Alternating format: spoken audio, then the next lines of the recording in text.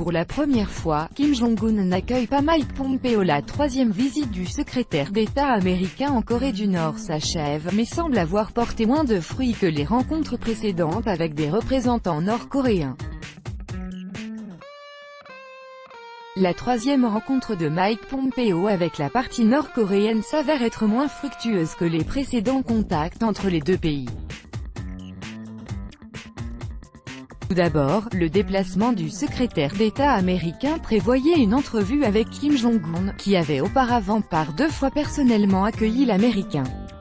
Cette fois, la réunion annoncée n'a pas eu lieu.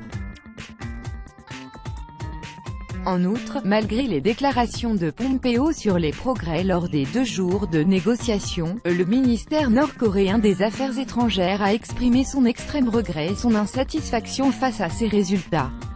Avant le sommet Trump-Kim, le secrétaire d'État américain avait fait part de bons résultats de ses rendez-vous avec le dirigeant nord-coréen. D'une part, Pyongyang a rendu aux États-Unis 3 citoyens américains, qui étaient détenus. De l'autre, cela a eu pour résultat un sommet qui a jeté les bases pour le processus de dénucléarisation complète de la péninsule coréenne. Ce mois-ci, le premier jour des négociations s'est déroulé sans la participation du dirigeant nord-coréen. Du côté de la Corée du Nord, la délégation était dirigée par Kim Yong-chol, vice-président du comité central du Parti des travailleurs de Corée et bras droit de Kim Jong-un. Lorsque les négociateurs se sont ensuite rencontrés samedi matin, Kim Yong-chol a supposé que Pompeo aurait dû avoir mal dormi pendant la nuit, réfléchissant à leur discussion du vendredi. Cependant, le secrétaire d'État américain a rejeté ces dires. Avant de quitter Pyongyang, Mike Pompeo a déclaré aux journalistes qu'ils étaient parvenus à un certain progrès sur les sujets clés, la dénucléarisation et l'élimination des armes de destruction massive.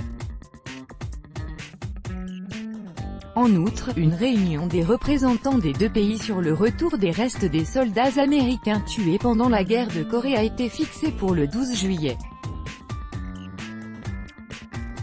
Or, malgré les succès mentionnés par le secrétaire d'État américain, la partie nord-coréenne ne semble pas être satisfaite.